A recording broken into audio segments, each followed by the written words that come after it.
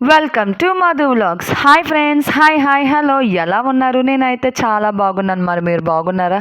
అయ్య బాబోయ్, పచ్చిరొయ్యలు ఇది వండాలంటే చాలా టైం పడుతుంది. మెయిన్లీ ఏంటంటే ఇది చేయాలంటే ఇంకొంచెం ఇసుగ్గా ఉంటుంది. కానీ అలా కాకుండా నేను చేసే పద్ధతిలో ఒకసారి చేసి పెట్టేయండి. 10 ఏళ్ళు ప్రాయంలోకి పారిపోయి పచ్చని పొలాల్లో తిరిగినట్టు ఉంటుందండి ఈ పచ్చిరొయ్యలు కూర తింటుంటే.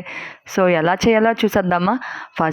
ఫస్ట్లీ స్టవ్ ఆన్ చేసుకొని ఒక కడాయి పెట్టుకొని ఒక హాఫ్ కప్ ఆయిల్ యాడ్ చేసుకొని బాగా మరగనివ్వాలి.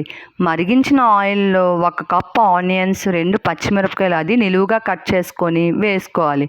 బాగా వేయించిన తర్వాత 1 కప్ టమాటాస్ ముక్కలు యాడ్ చేసుకొని మగ్గించేంత వరకు మూత పెట్టి మగ్గించాలి. అది బాగా కలుపుకున్న తర్వాత అక్కడక్కడ పచ్చిగా ఉండేటప్పుడు మనం గరిటెతో ఇలా స్మాష్ చేసుకుంటే చాలా మెత్తగా ఉడికిపోతాయి.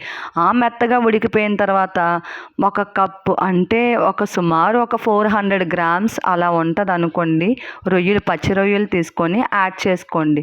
యాడ్ చేసుకున్న తర్వాత బాగా కలుపుకోవాలి. వాటర్ రిలీజ్ అవుతుంది చూడండి, ఆ టైంలో కొంచెం మనం ఒక 2 టేబుల్ స్పూన్ ఉప్పు యాడ్ చేసుకొని కలుపుకొని మూత పెట్టేసి మగ్గించాలి.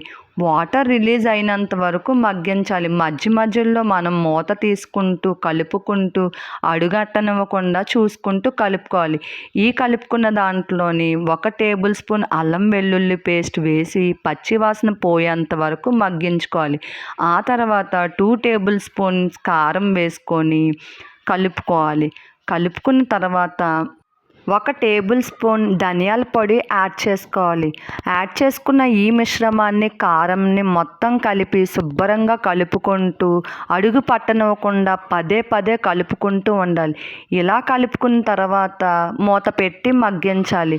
ఇలా వాటర్ రిలీజ్ అవుతుంది కదండి, ఈ టైంలోనే ఈ స్టేజ్లోనే మనం 1 గ్లాస్ వాటర్ని యాడ్ చేసుకోవాలి. ఎందుకంటే గ్రేవీ కన్సిస్టెన్సీ ఎంత కావాలో మనకు తెలియాలి కదా.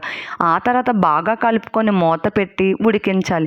ఇలా ఉడికించిన తర్వాత దగ్గర అవుతుంది కదండి, ఈ స్టేజ్లో గరం మసాలా 1 టేబుల్ స్పూన్ మనం యాడ్ చేసుకోవాలి. ఇలా యాడ్ చేసుకున్న తర్వాత జస్ట్ అలా కలిపేసి చివరిగా అరకట్ట కొత్తిమీరతో గార్నిష్ చేసుకుంటే తింటదండి. 16 ఏళ్ళ వయసు, పడి లేచే మనసు అని పచ్చి రొయ్యలతో తింటుంటే భలే ఉంటుందండి.